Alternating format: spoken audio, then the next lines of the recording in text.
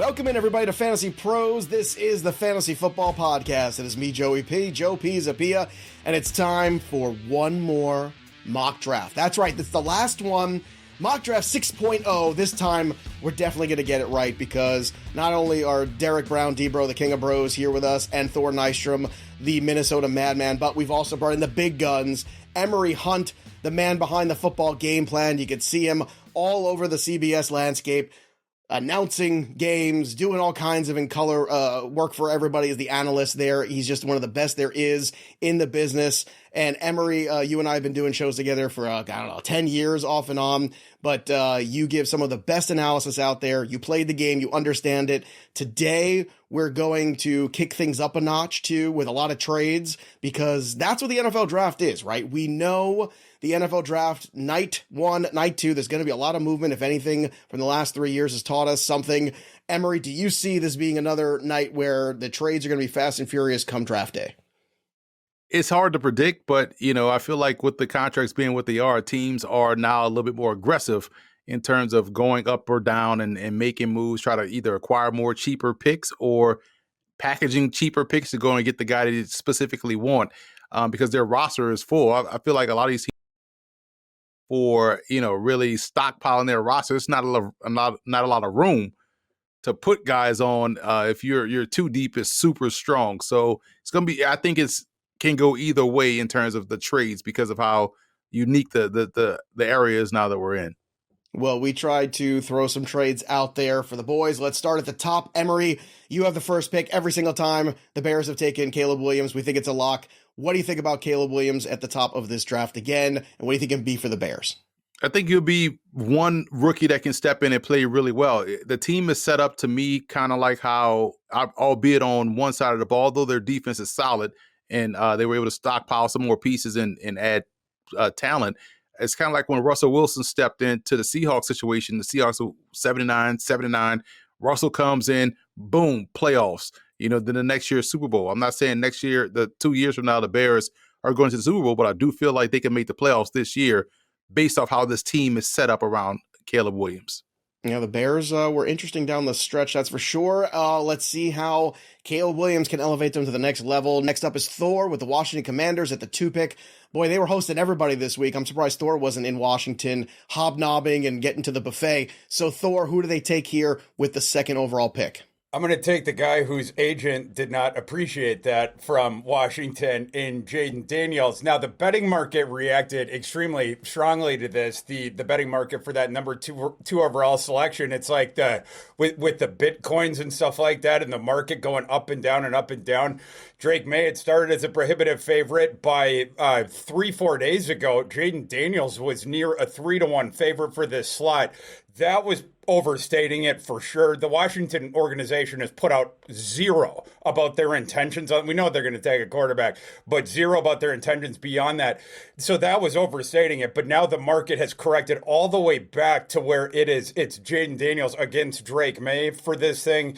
But I'm remaining with Jaden Daniels. That's where I've been on this thing from the get. So I'm sending Jaden Daniels again to Washington. Get ready, folks. A little bit of chaos here. And his name is Derek Brown. Number 3, the Patriots. What do you have? Curveballs, baby. Curveballs for days. They go quarterback, but it's not the guy that we've been mocking to the New England Patriots. They toss a curveball at everybody. We've heard the interest is out there. I have the New England Patriots going with J.J. McCarthy here at the top 3. They don't trade back. They don't go Drake Maye. Send J.J. to New England. Well, I'm happy they're not trading back, but I'm not necessarily happy about this move. However, nothing would surprise me at this point. There's been a lot of discussions lately, too. We'll keep an eye on that. Don't forget, as the draft unfolds, we're going to be live here on the channel on draft night, 7 p.m. Eastern, right here. Make sure you join us live for the draft, because if this happens, I don't know what Thor Nystrom's going to do. He's going to lose his mind if he doesn't get J.J. McCarthy. So you're going to want to watch that live. Subscribe to the channel, Fantasy Pros. Ring the bell till it goes ding for notifications, because we're going to be live Thursday night, 7 p.m. Eastern, and Friday, 6 p.m. Eastern for the draft too. Not one, but 2 nights this year, live. Derek Brown, Thor Nystrom, myself, a whole host of fun folks, and you never know the surprises we're going to have in store. So speaking of surprises, let's see if there's any surprises here. At the 4th pick, the Arizona Cardinals, Emory Hunt, you're up next. I like the pairing of a big wide receiver with Kyler Murray. I like Michael Wilson, who they had drafted last year out of Stanford. I do like Marvin Harrison Jr. in this spot, giving him another big body target out there on the perimeter. So therefore, their passing game can really win above the rim, going deeper down the field. The Chargers are up next. Thor, that's you. Chargers certainly listening to trade offers. They're taking phone calls.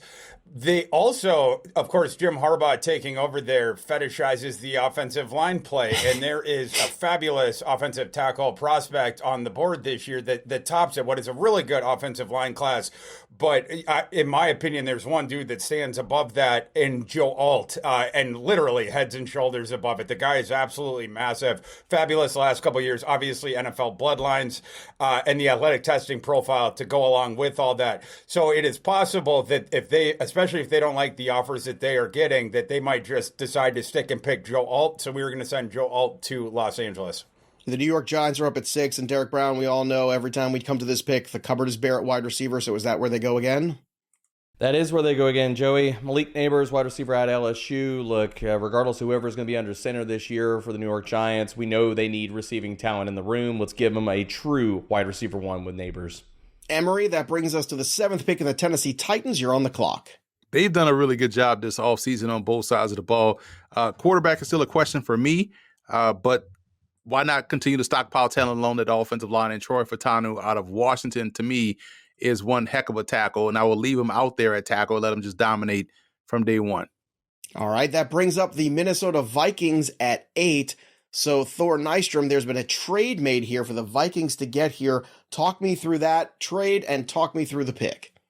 Yeah, do most of these mocks, or you look most mock drafts around the industry, you see the 4 quarterbacks going in the top 5, which of course supposes that there is a trade from behind into either the Arizona or Los Angeles Chargers slot. If that is impossible, then it becomes, do the Giants take the quarterback at 6? The Giants, maybe they have put that out there, that there is an idea that they have put that out there so that a team will hop them, so one of the better wide receivers or offensive linemen will fall to them, because those are 2 positions of acute need for the Giants. If that indeed happened, that would present the possibility that the QB4 in this class would filter a bit beneath that and go slightly lower than people are currently anticipating. That's what ends up happening in this scenario with Drake May falling down to the 8th slot. If that happened, the Vikings, of course, they have their quarterback coach, McCown, coached Drake May in high school, and Drake May, very good fit for Kevin O'Connell's offense in terms of those heat ring throws over the intermediate sector. They would be very interested in trading up. They were able to do that with the Falcons here into the 8th slot and take Drake May. The trade chart on this one is drive by the Vikings sending their 2 4th-round picks to Atlanta to move up those 3 spots. Maybe Atlanta forces them to kick in another late-round pick. But that's how this trade gets done, and the Vikings get their quarterback of the future. Real quick, I got to ask this because it's the first time in a long time and we don't have J.J. McCarthy as a Viking. Would you rather have Maye or McCarthy as a Vikings fan? Personally, I would rather have J.J. McCarthy. He's a bit higher on my board, but they are both very good fits for the KOC offense. Those guys, in my opinion, are the 2 best in this class, just as pure fits for that offense because of how good they are throwing over the middle and those anticipatory concepts. KOC loves to attack the middle of the field in the aerial game to open up the one-on-one shots on the outside. It's sort of an inverted concept to what some other guys do where they like throwing down the field and then the middle of the field, maybe that's when you get some shots there because the defense doesn't have to pay attention to it. But McVay, Shanahan, and KOC, they like to do it the other way around. Number 9 pick belongs to the Bears and Derek Brown. Well, I'm going to throw another curveball here, guys. And everybody is saying, okay, it could be wide receiver, could be edge, could be tackle. Leatu needs some respect on his name, man. I think there's not a hard case to make that he is the number 1 edge, assuming all the medicals come back clean and Chicago Bears are fine with this. He is the pick here, defensive edge out of UCLA. You look at this edge class and just looking at the entire year overall, top 12 in hurries, 3rd in sacks. He was 2nd in pass rush win rate last year amongst all edges. Kid's a stud. So if we can check off the box of they feel good with his medicals, he should be, and he has the talent to be a top 12 pick in the NFL draft. Now, there's been a lot of smoke of the Jets at 10 taking Brock Bowers, but Emory Hunt, you've gone another direction. Yeah, I'm going offensive tackle. Quarterback could also be in play here, too. You don't know what type of Aaron Rodgers you're going to get, but Olu Fashanu, you know you're going to get a guy that's a rock solid tackle. And we know whoever takes the first tackle, there's going to be a run of those elite type talent. So why not get your guy right now for the future and also for right now in Fashanu? The Falcons now at 11 after moving back with the Vikings. Thor, that pick belongs to you. This is why Atlanta would be, I mean, they would be happy to take what they could get to move down just a little bit because, you look at the mocks and their roster and their positional needs. You always see it's edge and it's cornerback. Well, at the top of the board, those first 7 picks, it's going to be offense, offense, offense, offense. You go down to 11, they might still get their number 1 guy at those 2 buckets. And especially if they can project that, they would be very interested in taking what they could and then paying the dude 3 slots less in the rookie contract deal. Quinyon Mitchell from Toledo is a guy that they could be attracted to. And that's who I'm going to send to Atlanta. Edge rusher could be in play here as well, but Quinyon Mitchell, very good fit for that defense. Thor and I had a great discussion on the Betting Pros channel. Go check it out. That shows up right now, Betting Pros YouTube, where we're going through all the early wagers here on the NFL draft. And this was one of them, that Quinyon Mitchell would be the guy possibly going to the Falcons here and the first corner going off the board as well. At 12, the Denver Broncos, Derek Brown. They're on the clock. We've been hearing some Bo Nix rumors, some other rumors here. But what do you think the Denver Broncos might do here with this pick? I do not think they go quarterback in the first round. I do not think that Bo Nix goes in the first round. So I'm going to have Denver go with BPA here. They're going to take the best player off the board. And look, after getting rid of Jerry Jeudy and looking at this depth chart overall, they need pass game help. If you are going to drop a quarterback into this situation, let's give them tight end out of Georgia, Brock Bowers. Now, what's interesting here, Derek, do you think that the Denver Broncos would be better off just trading out of the first round altogether with their needs on their roster being so many? I think it's in play. I mean, depending on what it takes to possibly try to move up for a quarterback, what do they want to do in the first round? We're also talking about a team that doesn't have a ton of draft equity. Maybe they, can kick in some picks for next year and stuff. But I think either scenario is firmly in play and on the board for Denver. They could trade up, they could trade back, they could trade all the way out of the first round and try to stock up other positions. Interesting pick here, too. And certainly Sean Payton knows a thing or two about getting some tight ends being fantasy worthy. So I ain't mad at Brock Bowers being here. The Raiders at 13, Emory Hunt. This pick is spicy. I'm excited about this. Let's talk about the 13th pick that you've made here for Vegas. Yeah, they're getting the best quarterback on their roster right now, because Aiden O'Connell and Gardner Minshew are QB2s, QB3s. Here's a guy that could be your QB1. This is a team that has a lot of talent already. Why not have someone and get them the football accurately deeper down the field in Michael Penix Jr.? I feel like because he had a clean bill of health the last 2 seasons, I'm not worried about that. You protect him up front, offense should be able to go. All right. So Penix, ironically, Emory, I don't know if you know this, you probably don't. Every draft we've done, we've had the Raiders taking Penix, but in the second round. So this is the first time he's gone in the first round here. I like it. I'm with you, and I agree. He would be the immediate best quarterback on their roster. At 14, the New Orleans Saints and Thor are up next. Speaking of a habit we've had in these mock drafts, it's trying to help the Saints out with their offensive line situation, and we're going to try to do that again. I love J.C. Latham from Alabama. Now, what he's not is a left tackle in the NFL. What he's going to be is a fabulous starting right tackle for a long time, who is not going to be fun for the guy across from him going up against in a phone booth. You do not want J.C. Latham's hands on you. He is going to move you. That's who we are sending to New Orleans. I'm excited for this next pick because Debro knows I'm very excited about the Colts in 2024. So what do they do at 15? Well, they stopped the fall for a player that has been mocked consistently inside the top 10, top 12. He's fallen down the board a little bit. I stopped the fall here for Rome Odunze, wide receiver out of Washington. Super talented player. I mean, people are going to hate the fact that he fell down the board. But look, we see this every year with certain prospects. Like, this is not an indictment on Rome Odunze's talent. This is just teams filling other needs. And we could also say, okay, look, maybe a team would trade up for Rome in this scenario, but what if a trade doesn't happen and teams can't come to an agreement? This could happen on draft night. Very interesting, and my goodness, would I be excited about him and Anthony Richardson together. All right, let's get to the Seahawks at 16. That's Emory Hunt's pick. Seahawks need juice off the edge, and I feel like you get one of the top-tier pass rushers here in Dallas Turner, kind of fit what they do. A lot of crossovers to what Mike McDonald wants to do, to what Pete Carroll did. So I like the edge rusher here for the Seahawks. Makes a ton of sense. At 17, the Jaguars are up next. That Thor pick is yours. Yeah, Jacksonville needs to address their secondary, and probably with this first pick, if someone is there that they like and they figure to like Terrion Arnold. Some people think he is the best cornerback in this class. He barely missed that designation on my personal board in a split decision against Quinyon. Terrion Arnold, the guy coming into this year, no one was talking about him in the Alabama cornerback room. It was all Kool-Aid. Coming out of it, it's all Terrion was clearly the better player on the field this past year for a very, very good Crimson Tide defense. That was the reason that Alabama roared back after a poor start to last season, made the college football playoff, was because of that awesome defense. And Terrion Arnold was a huge part of that, locking down the opposing wide receiver one on the other team. We'll send him to Jacksonville. All right, now at the 18th spot, we have another trade alert. Derek Brown, take us through it. Miami Dolphins come up here. They try to get ahead of the Los Angeles Rams, and here we have two teams back-to-back that have needs a defensive tackle. Miami kind of created their own problem and mess here with letting go Christian Wilkins and stuff. They're going to fill a need. They're going to draft Byron Murphy out of Texas. Emory, the Rams can't be happy at that, so where do they pivot to at 19?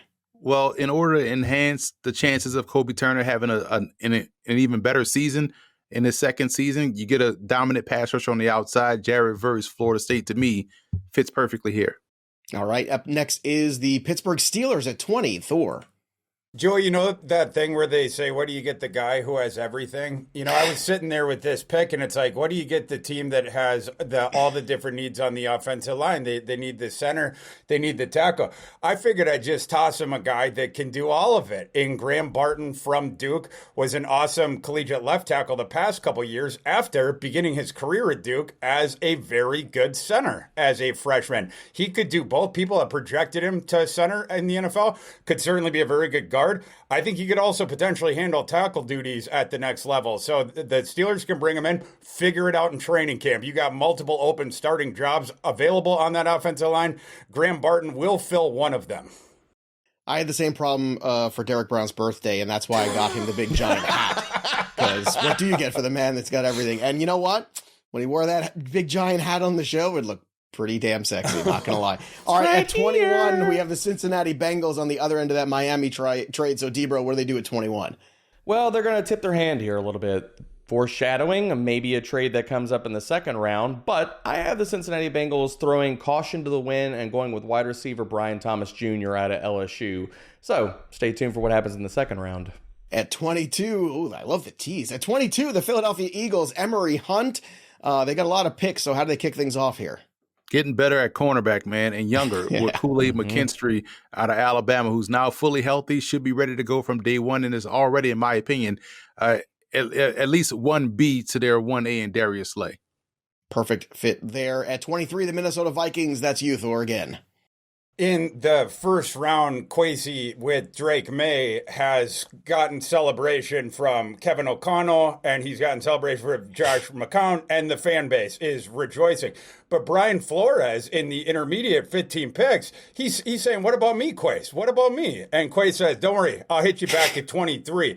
That's what he's doing here with Cooper DeJean from Iowa, who is, if you were to build a defensive back that Brian Flores, like in that mold, it is Cooper DeJean, who is not a tweener of a defensive back. He is the move chess piece defensive back guy. Can play on the boundary, can play nickel, can be a free safety. And I seen him a bunch at Iowa. You can actually put him in the box either to come off the corner. He is actually a solid pass rusher when he is sent after the quarterback.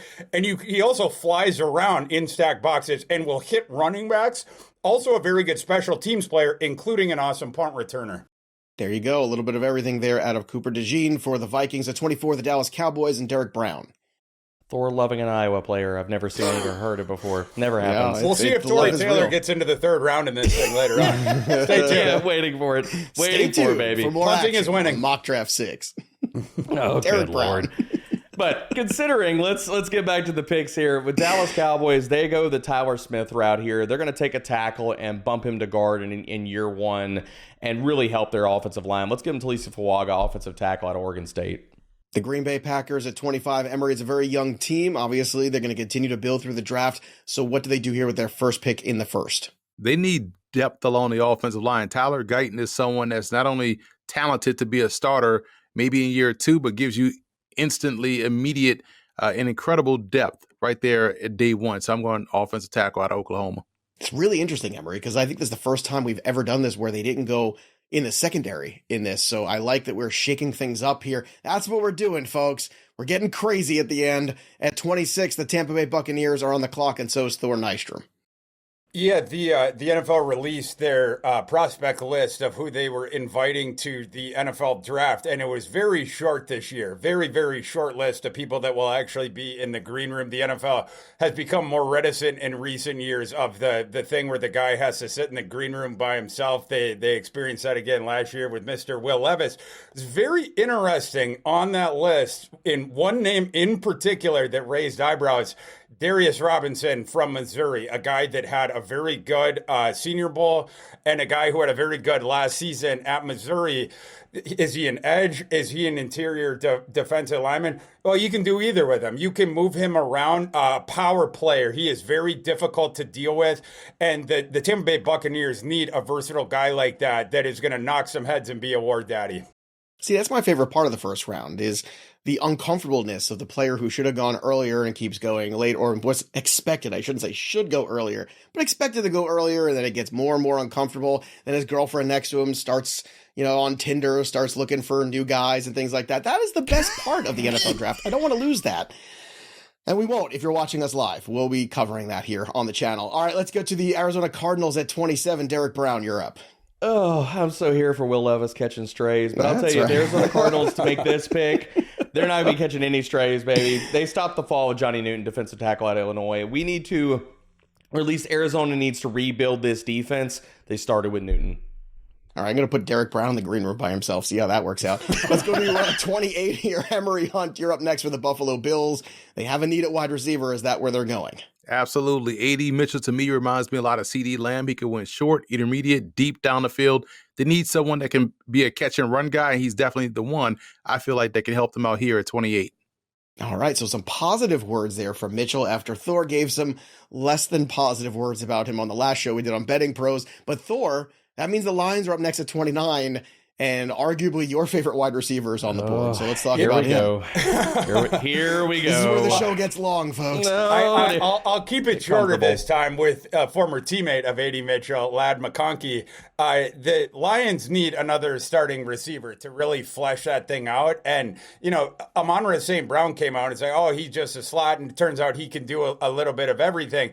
Ladd McConkey, people are like, he's a slot. He played 80% of his snaps on the perimeter for a team that 2 of the last 3 years won national title and would have been back in the CFP that narrowly lost to Alabama in the SEC title game last year. And then Ladd McConkey tested really, really well. And when we've seen him down in Mobile at the Senior Bowl, literally nobody could cover him. No one could even get close to him. He creates separation like he's rolling out of bed. Like, we breathe air. It's so natural for him.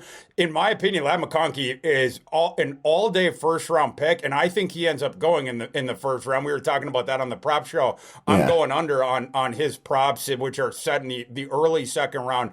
I think this would be a really good fit for the Lions. Maybe one that doesn't make as much sense on the surface for some people, but I think it does, because McConkey play on the outside, play on the inside. The offensive coordinator there likes to move people around in the versatility. I think he fits well with the other pieces that they have, and Goff would love him because he's open more than 7-Eleven. Great conversation about these two wide receivers. Emory, I want to circle back to Mitchell for a second because I heard something on NFL radio today. They were talking about Josh Allen and the Buffalo Bills wanting an alpha wide receiver, but somebody who's not a me-first guy. Is Mitchell that kind of guy? That's how you kind of want guys that want the ball. That sounds like they kind of, coddling Allen's feelings. Give me a dude that believes he's open. We saw that play out in that game. A.D. Mitchell was looking at the sideline like, hey, man, I got this guy beat. And they go to the next play, touchdown. Like, that's the kind of guy you want. He wasn't lying. So, he'll be a good fit in Buffalo, but I need for Josh Allen to be a little bit tougher. All right, speaking of coddling feelings, Derek Brown, you're up next at 30 for the Baltimore Ravens. Well, I can't wait for Thursday night. This is going to be such a fun show. It's going to be insane, man. Pick number 30. Speaking of being tough, we know that the Baltimore Ravens want to run the dang ball, and they would need guys in the trenches to be able to push teams around. Amarius Mims is one of those guys, so they got to rebuild their offensive line. They started here at 30. They certainly do. At 31, the San Francisco 49ers. Back to you, Emory Hunt. Trent Williams can't play forever, man. So I'm going with Kieran Amagaji. Is one of my favorite players in the class at tackle. So why not pick 31? And it's a mock draft. So get the guy that I feel like people should be talking enough more about. And that's Amagaji out of Yale. Okay, Amagaji goes next. Then the Kansas City Chiefs to close out round 1. Back to you, Thor, for the last pick of the first. I was on Kansas City radio last night, and the host asked me, he's like, with that first-round pick, Thor, is it going to be wide receiver? Is it going to be offensive tackle? And I told him, I think there's a better shot of the latter, because with the wide receivers, you have a better shot of projecting an immediate starter walking in round 2, and even into round 3 because of how stacked it is. Offensive tackle class is super-duper stacked as well, but it falls off a little bit quicker, and of course, the Chiefs pick at the end of the rounds. So I think that they might be prioritizing that position here. That's why I sent Kingsley Suamatea from BYU to Kansas City, a dude with a big ceiling. You just have to work out a couple things with his game, but that is the swing on the upside here.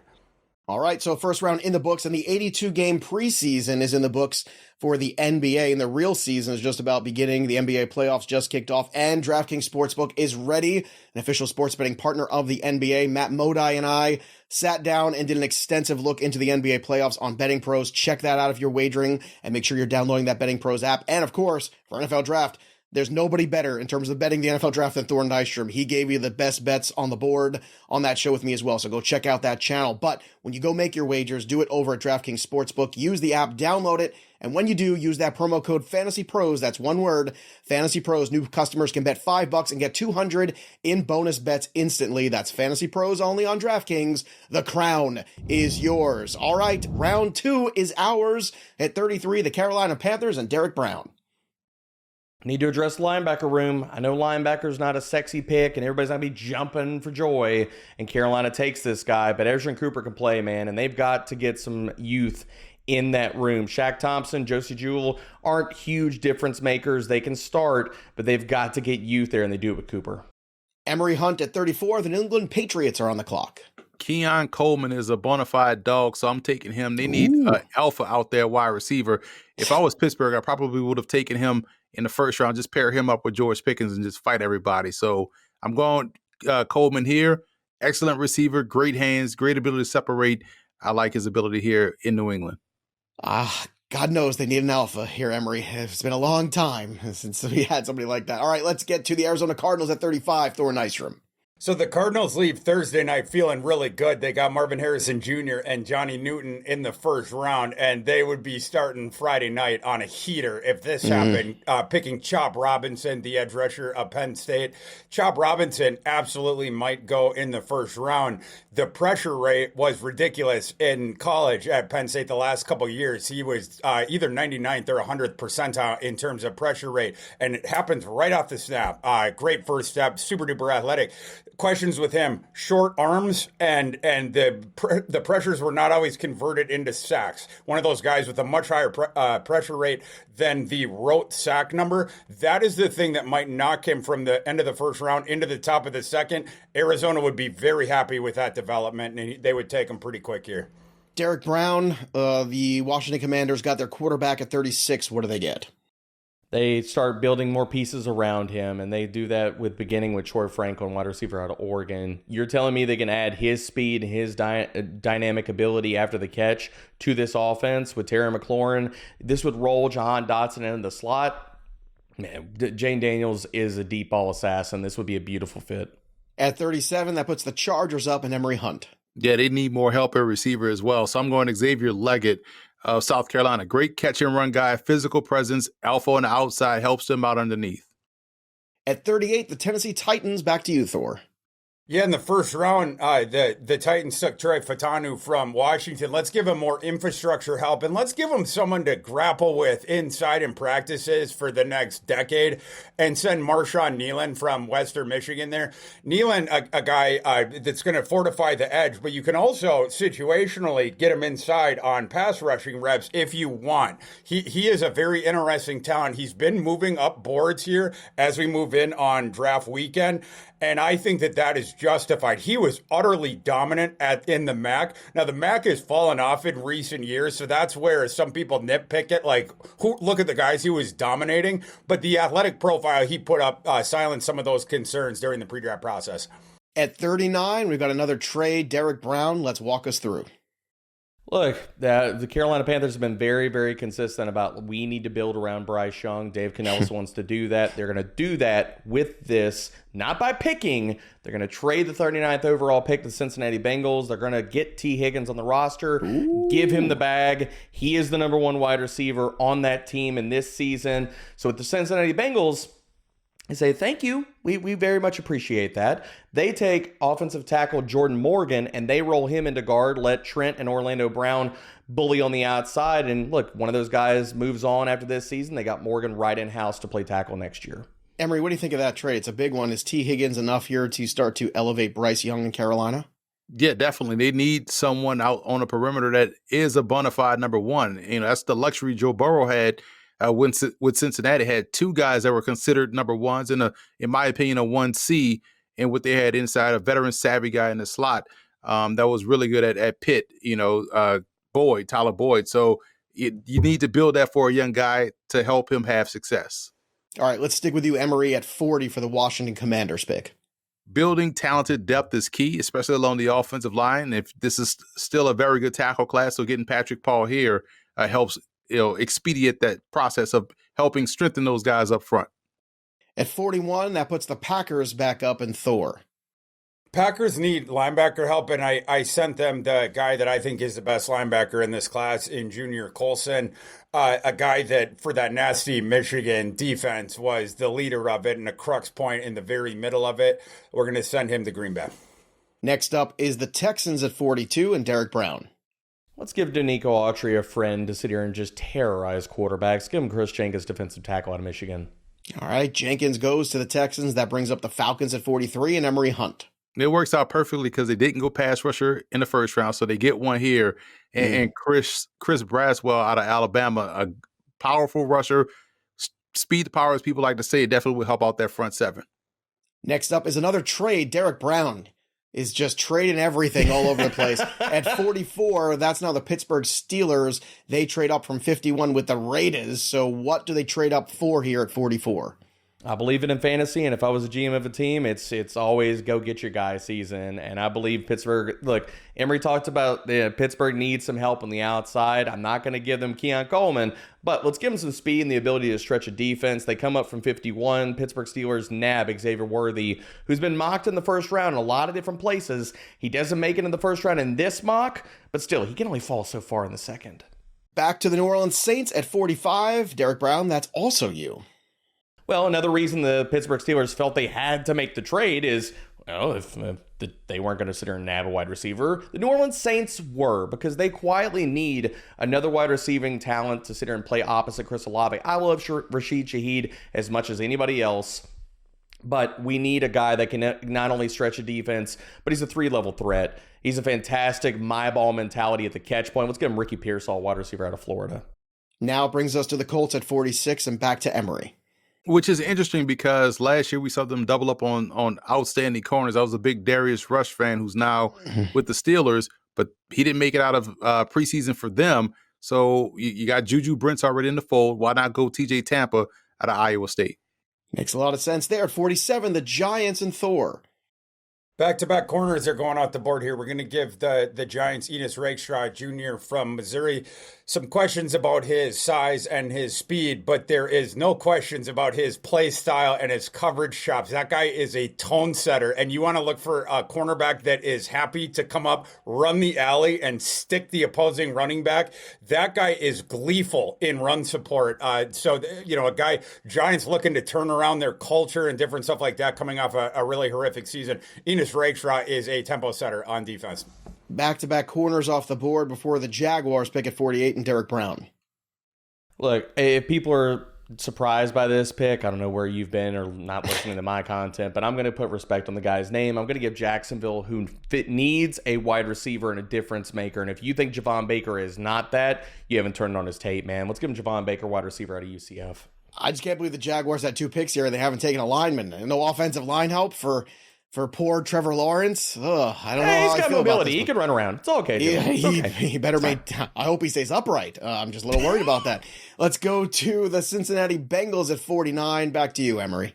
Propaganda has ruined a lot of the way people view football with the talk of win from the pocket and also franchise left tackle, when in reality, guard center guard play is where you need to be excellent, because that's where offense happens, run game and also pass pro. Getting the Bengals help up front along the offensive interior with Cooper Beebe, who is an outstanding guard out of Kansas State. Here you go. At 50, the Philadelphia Eagles and Thor. Braden Fiske falling down here a little bit from where he was right after that crazy NFL Combine performance that he had. He is an athletic freak, and the pass rushing is very, very good on his film as well. There's some holes in his game elsewhere, but if you're looking for that, and all of a sudden you're down at 50, the juice is worth the squeeze to buy a ticket on that ride. So Braden Fiske, the interior defensive lineman from Florida State, the 3 technique, is headed to Philly. Before we get to the next pick, which also belongs to Thor, which is the second part of that trade with the Steelers, it's the Raiders. I want to remind everybody, if you need tickets, you got to use the Game Time app. I mean, if you're frustrated like so many people are with the ticket buying experience, whether it be all the extra fees or the way you have to go through all these hoops in order to get tickets for your favorite concerts or your favorite sporting events, don't do it anymore. Just go use the Game Time app. That's what you got to do. You get the best deals. You get the view from your seat. No nonsense. Take all the guesswork out of buying tickets. And right now, all you have to do is download the Game Time app, create an account, and use that promo code FantasyPros for $20 off your first purchase. Again, it doesn't matter if it's basketball, hockey, football, comedy, theater. It doesn't matter. They've got it. They've got everything. Baseball games, you name it. The Game Time app is prepared for you. So get going. Terms apply. Again, create an account and redeem it at Game Time right now. And make sure you use that promo code FantasyPros. That's FANTASYPROS for $20 off. Download Game Time today. Last minute tickets, lowest prices, guaranteed. The 51 pick now with the Raiders. Thor, that's you. The Raiders grabbed some cornerback help with Max Melton, a very talented outside corner from Rutgers. Here you go. Local boy here from Jersey. Yep. At 52, the Rams and Emory Hunt are back on the clock. Stay healthy, Peyton Wilson, because he's going to be a star in the NFL if he's able to do so. Big fan of him. Helps continue to strengthen the Rams on defense. Next up is the Eagles at 53, and back to Thor. Jackson Powers Johnson, the interior offensive lineman from Oregon, the guy who played center last year, he was a very good guard. Prior to that, is a guy that we have had at the end of the first round in a lot of these mocks that we've had going back. He falls all the way to number 53 here. Howie Roseman and that Eagles front office, their prerogative. They're one of those teams that just, the Ravens and Ozzie Newsome used to love to do this of like, yeah, NFL, go ahead and pick. And our whole prerogative is just to sit back and then make like the mistakes that you make. We'll just happily accept them. And that's what happens here with Jackson Powers Johnson falling all the way down to 53. Howie Roseman just accepts the gift that has fallen to them. Obviously, the Eagles just had everyone's favorite veteran center retired. Now, they did give themselves a contingency plan in advance by drafting Mr. Cam Jurgens a year or two ago. Everyone's Rich Eisen's combine darling a couple years ago. Him and Jeremiah had a lot of fun with that. But Jackson Powers Johnson not only would compete with Jurgens for that center spot, but again, he has the 3-position versatility. We've seen him be very good at guard in the past. So he would also give the Eagles help there. There you go. The heir apparent could be Jackson Powers Johnson for Jason Kelsey. At 54, the Cleveland Browns and Derek Brown. I'm shaking my head because if the Eagles make these 2 picks and they are smash picks, Mike Mayer is going to be insufferable all night. Well, how I'm is not that different than every other day? That's my question to you. Shots fired! I love you, Mike. Oh, man. Love you. Oh, that's something. All right. Anyway, Cleveland Browns, they're on the clock.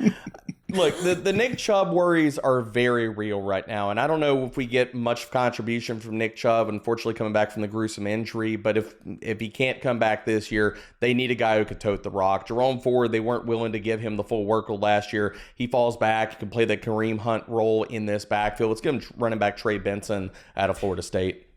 Does it make you sad, Emory, that we got all the way now? We're at the 54th pick before we saw a running back go off the board? Not at all. This is the class that warrants that. Now, if we were doing this last year, then it would have been like, there's no way all that explosiveness is not going in the first round. So this is kind of the class where you could kind of see this happen. Who's your gem of this running back class, Emory? Because I'm curious. I mean, you're a guy who played the position. You understand better than anybody. Last year, you said, you're 100% correct. You have Bijan, you have Jahmyr Gibbs, you have all this incredible talent. This year, it is kind of a dicey group here. You got some guys coming off injury. You got some guys who may be questionable as 3-down backs. Who's the class of this running back class, in your opinion? I feel like Braylon Allen, he's my number one, but he's someone that doesn't get talked about enough. I just feel like he has good footwork, good agility, good balance. The offense changed this year. Otherwise he probably would have been in New York for the Heisman Trophy ceremony if he was in that old Wisconsin offense. So I feel like he's someone that can hit the ground running as a rookie, plays the position kind of like Derrick Henry, where it's just unassuming speed and acceleration, but the footwork is so consistent to where he's going to pick and slide his way through the lane and make something happen. So he's someone that's going to either be a leadoff guy in a committee or a bell cow guy for a team. And all again, I wouldn't count out. I know they just signed somebody. They signed multiple people, but I mean, listen, Harbaugh can do some wild things. So wouldn't see them consistently stockpile the backfield, which tells you what they think about the run game and their passing game and taking the ball out of Herbert's hands. I'm sure there's going to be more on Braylon Allen coming up pretty soon here. At 55, it's still you, Emory, now for the Miami Dolphins selection. Offensive line help. Blake Fisher, I think, is a really good tackle coming out of Notre Dame and helps them up front. And they needed depth. When they started losing guys last year, that's when things fell apart. Get quality depth here in the second round. Dallas Cowboys up next at 56. Thor Nystrom, you're up next. Just mentioned the first running back that got taken off the board. And a lot of these exercises, we have this slot being where the first running back goes off the board to Dallas. But the other thing that Dallas needs, it's not just one starting offensive lineman, it's two of them, right? Because they lost their center, Tyler Biadasz, in free agency, and also Tyron Smith. In the first round, they get Talisi Fuaga. This is sort of the out-of-the-box thing. You don't see this in a ton of mocks, but what if they went offensive lineman in their first two picks?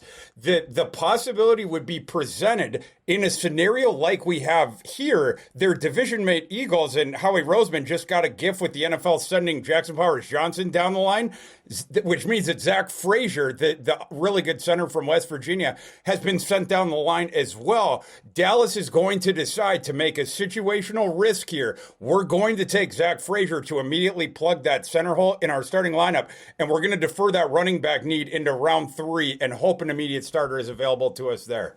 All right, Derek Brown is back again with more trades. Trader Derek at 57. The Broncos have moved up here. Debro, walk us through the trade. How did we get here, and who are they taking? God, there's a Trader Joe's. There is. Trader Joe's has some wonderful things. Somewhere in there, but Denver decides and says, I'm the host and you're the analyst, because I would have already had that joke in the chamber ready to go. I didn't know where to go with it. I just want to mention it. It has to be mentioned, okay? You stick to making trades for the Denver Broncos. What do you got? Well, look, Denver Broncos fans will be happy for this because nobody wants to see Jared Stidham starting in week 1. So that's true. We have them coming up from 76th overall. So they're going to trade 76, 136, and 145 for this 57th pick to come up and select their quarterback of the present and the future, Bo Nix. I'm not high on him, but I will definitely say he is going to be better than Jarrett Stidham. All right, at 58, the Packers are on the clock again. Emory, last time we went on the offensive line. Are we going to hit the secondary now? Yes, with a guy that definitely fits in with what they want to do, and Mike Sanders still out of Michigan, elite slot corner.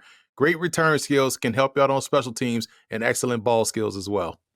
Next up is the Houston Texans at 59 and Thor Nystrom. There hasn't been a safety yet off the board, so we're gonna do that with Tyler Nubin from Minnesota.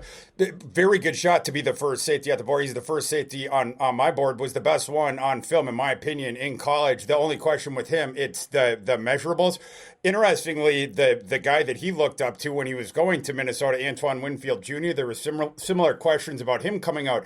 Newman has a similar superpower that Winfield Jr. did when he was coming out, which is he seems to know what's happening 2 or 3 beats before it does. So he gets early jumps on the thing. That's why he's around the ball all the time. Texans and D'Amico Ryans, that's the kind of player that they are attracted to. At 60, the Buffalo Bills and Derek Brown. Well, we have a run on safeties here. First one goes off the board. Let's give him a running mate here. Javon Bullard, safety out of Georgia. Buffalo kind of shook around their depth chart as far as the safeties go this year.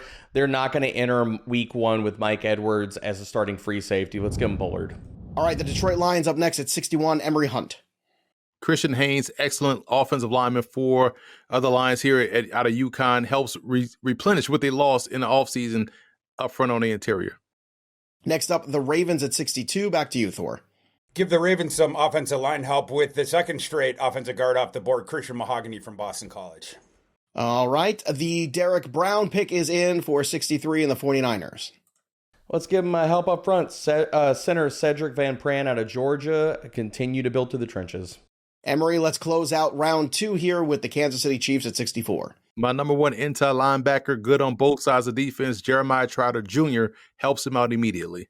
Tremendous legacy player there. All right, third round is up. Carolina Panthers are up at 65. Thor, that's you. The Panthers, of course, this offseason, the thing that they've been prioritizing not only is helping out the protection for Bryce Young to help that out, but also the receiving, the pass catchers that can get open. Obviously, that led to the Deontay Johnson trade and everything like that. Because of their first pick, it wasn't until 33, and with that pick, we gave them a linebacker, Edgerrin Cooper. Haven't been able to give Bryce Young more help, so let's do that now at another position in need, with Jatavian Sanders, the tight end from Texas, who was seen as the tight end, too, with a bullet heading into the process, who's going to be a guaranteed second rounder. Absolutely, the scenario is in play for him to fall into the third because he is a big slot type guy, very skilled receiver for sure, but you can't put him in line because he would get ragdolled by power. And then the athletic testing was not as good as we thought. He's in the 50th percentile for the athletic composite, so that presents a possibility he could fall down here. Carolina would probably happily stop his fall. The Cardinals are up next at 66, Derek Brown. Well, James Conner's entering in the final year of his deal. We got to get some electricity. We got to get some youth in that room. Let's give him Jalen Wright, running back out of Tennessee, one of my favorite players in this draft class. Emory Hunt, the Commanders, are at 67. In a true air raid offense, the best back is the big back because he can do it on both ends of offense, blocking and running. That's why I like Braylon Allen here for the Commanders. He's their best back on the roster currently if he's selected by the Commanders. Feels good for Emory to take his guy there. At 68, that brings back the Patriots and Thor. Speaking of help for young quarterbacks, the Patriots selected J.J. McCarthy earlier in this exercise, and then right away in the second round, they gave him some help with Keon Coleman as far as through the air. Now let's give them their offensive line help and hopefully we can keep J.J. McCarthy upright. The offensive tackle class has been picked apart to this point. There's still one very intriguing prospect who is left out there on the board, and the Patriots are going to pop him here in Roger Rosengarten from Washington, a guy with very intriguing athletic traits, and obviously was a stalwart on that offensive line last year as they made the collegiate national title game where they faced off against J.J. McCarthy's Michigan Wolverines. Next up here at 69, the Chargers and Derek Brown. Well, speaking of titles, speaking of run games, speaking of all the things that Jim Harbaugh wants to do, let's give him a tackle-breaking Tasmanian Devil, a tone-setting back. Oh, I love the alliteration. Let's give him Marshawn Lloyd, baby, running back out of USC. Emory Hunt, the 70th pick, belongs to the New York Giants and you. Getting the best quarterback on the roster right here for the Giants and Spencer Rattler pairs up perfectly to what Brian Daboll wants to do. I love that we got the receiver first, got the quarterback now here in round 3. Interesting selection there. Spencer Rattler at 71. The Cardinals are back again, and Thor. We better do a quick recap of the Cardinals picks first. Marvin Harrison Jr., Johnny Newton then Chop Robinson, and then we got Jalen Wright. So a very good draft so far. Let's continue to help the defense with Kamari Lassiter, the cornerback from Georgia. Another one of those guys that was seen as a dead red top 40 to 50 pick heading into the process. Poor athletic testing and particularly speed is the reason he's going to fall down. Probably headed to the slot at the next level, but he's going to be a very good one. The cover chops are absolutely there, and his game will play in the slot at the next level. Something we don't say very often. The Cardinals are winning a draft. At 72, the New York Jets and Derek Brown. Well, the Jets have been mocked to getting Brock Bowers in the first round. They didn't go that direction in this mock. Let's give him a tight end 2 off the board. The guy that is the best, you can make an easy case. He's the best two-way tight end in this entire class. Let's give him Ben Sinnott, tight end at Kansas State. Emory, the Lions are up at 73. Love the third safety here, and Jaden Hicks out of Washington State could play close to the line of scrimmage, cover tight ends and backs, helps him out immediately. Next up is Thor and the Falcons at 74. The Falcons, their first thing in the offseason, of course, was a move that changed the trajectory of their entire offense, addressed that thing, got rid of, they swapped out Desmond Mitter for Kirk Cousins. That now with their draft, what they've done, their first couple picks, we gave them Quinyon Mitchell and Chris Braswell. How about the pass rush? Now we're going to do more help for that defense and give them Rook Aurora from Clemson. That's a tough one for me. Sorry, could you try one more time for me, Thor? Because I'd really like you to do that. Aurora. That's that.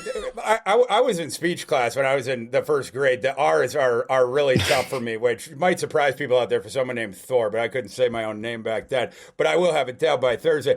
Aurora. Maybe I did better that time, is a guy with multiple athletic traits who was coming along at Clemson. It's not all the way there yet, but if you're looking for like the guy that like the scouts build in Madden and the creative player, it would be him. Like everything is there. He has the length, he has the frame, he's stretched out and like a bouncy, like athletic, juiced up kind of a dude.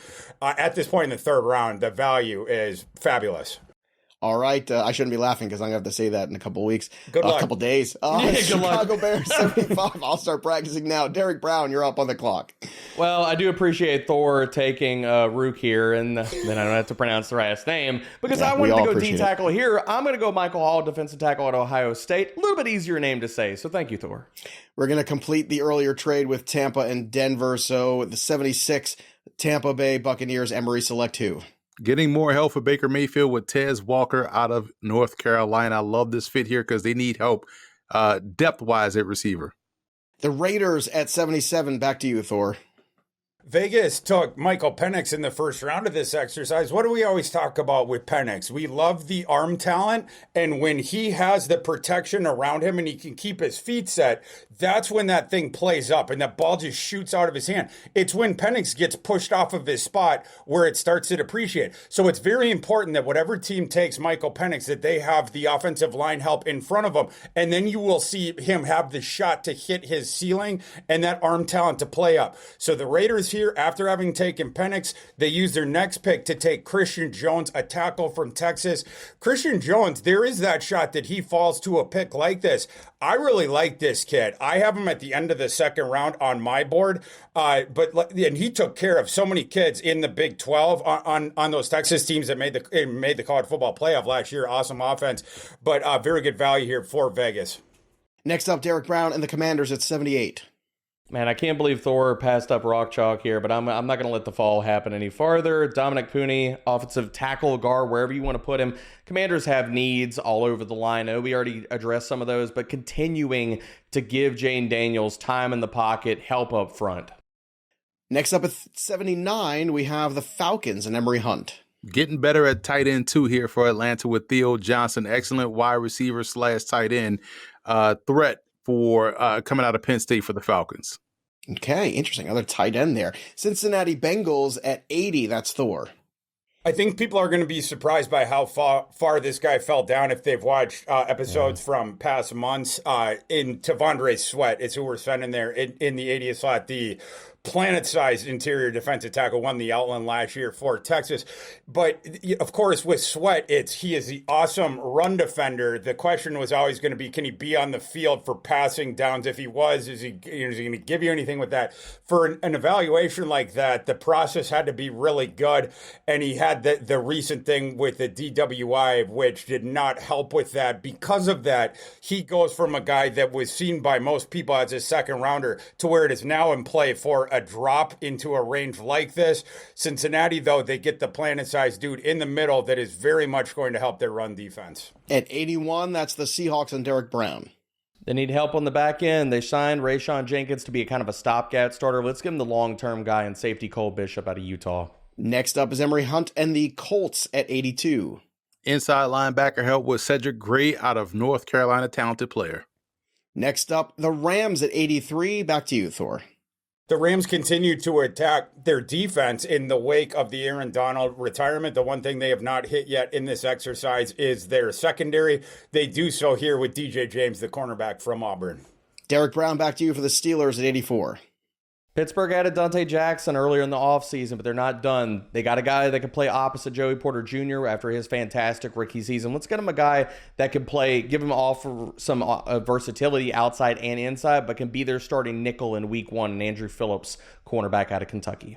Emory, that's back to you for the Browns at 85. Dwayne Carter out of Duke, defensive tackle, can play across the front on the interior. Next up, again, the Houston Texans at 86, and that's Thor.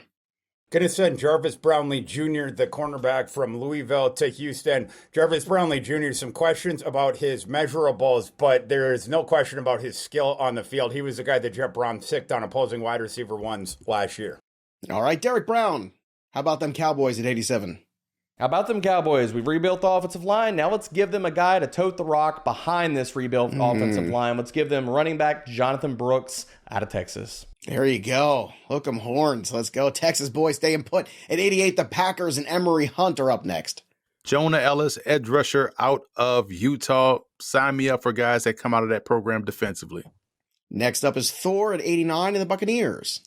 The Buccaneers need both center help and guard help. I'm sending them Bo Limmer from Arkansas, who I think is both, first of all, criminally underrated, but also I know he is a really good both center and guard because he did both of them at an extremely high level in the SEC. Not only that, tested awesome, and he has length. So you get versatility with that, and you can project that he will be able to do all that sort of stuff at the NFL. Another one of those, you bring him in, and then you just see in camp where you want to ultimately put him.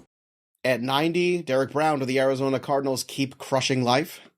Yes, they do. Let's add the cherry on top of this beautifully built defensive cake here that we've gotten through this mock. Braylon Trice, edge out of Washington. Put him opposite of Chop and let him just go destroy quarterbacks. Emory, what are you cooking up for the Packers at 91? More interior offensive line help with center Tanner Bortolini out of Wisconsin. Go Badgers. At 92, the Tampa Bay Buccaneers again and Thor. We're going to give them Cam Hart, the cornerback from Notre Dame, who really opened eyes last year with his play on the field and then opened my eyes with his pre-draft process. In addition to that, he was very impressive down in Mobile, particularly with his movement. He was staying with guys like Jacob Cowing, the little squirty jitterbug slot, which is surprising for a cornerback as big as Cam Hart, a guy well over 6 feet and over 200 pounds. So an underrated guy certainly coming into last collegiate season who is now starting to get his proper due, and we're sending him to Tampa Bay. All right, the Baltimore Ravens, very dangerous here, as always, at 93. What do they do, Derek? Let's give him a guy that can play outside, play inside, offer in a pinch play Z for you. We give him Roman Wilson, wide receiver out of Michigan. He can push Bateman and Aguilar for week 1 snaps. The Niners at 94 and Emory Hunt. Malachi Corley, receiver, wide back if you want to use him that way, out of Western Kentucky, will fit in perfectly. There you go. That's a fun one. Kansas City Chiefs at 95 and Thor. Yeah, talk about how the Chiefs need the wide receiver help. And the first round, we gave them the offensive line help. And in the second round, gave them a linebacker. So they still need the receiver help. And that's what we're going to give them here with Malik Washington, the slot receiver from Virginia. The thing that you nitpick about him, it was the late breakout. He's a little bit older. And the ceiling probably isn't the highest. But he's dang near guaranteed to come in and play early. And he will be able to handle a metric ton of usage. The efficiency stuff, that's what he does, and he's a tackle breaker as well once you give him the ball. So I think he would be a good fit for the Chiefs. Next up, Derek Brown at 96 and the Jaguars. Well, you're talking about a defense that was 12th in pressure rate, 11th in hurry rate. Let's just add on top of that. Let's give him Adisa Isaac, edge out of Penn State. At 97, the Bengals are back for more and Emory Hunt. Let's go Cam Kitchens of Miami. Nice versatile move piece, third safety look to go on that back end. At 98, the Steelers and Thor Nystrom. Remember before when I said how much offensive line help the Steelers needed when I was talking about their pick of Graham Barton? Well, it wasn't enough to give them just Graham Barton. That's how much offensive line help they need. I decided not only to give them more offensive line help, but another guy who has versatility. Graham Barton has arguably 5-position offensive line versatility. This time I'm giving them Delmar Glaze from Maryland, a guy who I think is super duper underrated, who I believe has 3-position versatility in the NFL. Most analysts don't think, like, they just put him to guard when they look at him. He was a really good tackle at the collegiate level, but is on the shorter side. However, the guy has arm length. He also has athletic traits in addition to the catalog of film that he has going back, handling really good Big Ten edge rushers. So I think that he's a guy, again, for a team that so desperately needs offensive line help. You take Barton and then you take Glaze here. You have fortified that with 2 dudes who are not only good, but they also have versatility. 2 picks remain. The Rams at 99 and Derek Brown. Give him one of my favorites of this draft class. A guy that can offer some inside-outside versatility, can play big slot, can also stretch the field. I'll give him Johnny Wilson, wide receiver out of Florida State. Let's end things full circle. Emory, you started us off at 1, end us at 100 with the Washington Commanders. Yeah, called the audible here. I was going to go Brandon Dorlus of Oregon, defensive lineman, but why not end it on the right note with a Raging Cajun and Nathan Thomas, offensive lineman, continue to bolster that depth up front for the Washington Commanders. Go Cajuns. Fantastic stuff here. Again, we're going to be live for the NFL Draft Thursday night right here on the Fantasy Pros channel, 7 p.m. Eastern. Be there. Do not miss it. We're going to be live here, not just Thursday, but also Friday as well. Friday's at 6 p.m., so a little earlier start, but we're going to be here breaking every single pick down. We are your perfect second screen experience. You're watching the draft, you have us on there too, on your device, on your iPad, or just have that on your device and put us on the big screen, because goodness knows, Thor Nystrom on the big screen is something to behold. That's what you need, everybody. That beard along with Derek Brown's is going to be fantastic. Also fantastic, Emory Hunt, again, you are first class as always here. We appreciate all your time and energy that you gave us on the show today. Check out all his work, obviously the game plan, and of course, all his incredible work and his analysis over at CBS as well. That'll do it for us, but the story of the game goes on. For Emory and Derek Brown and Thor Nystrom, I'm Joey P. We'll see you next time, kids.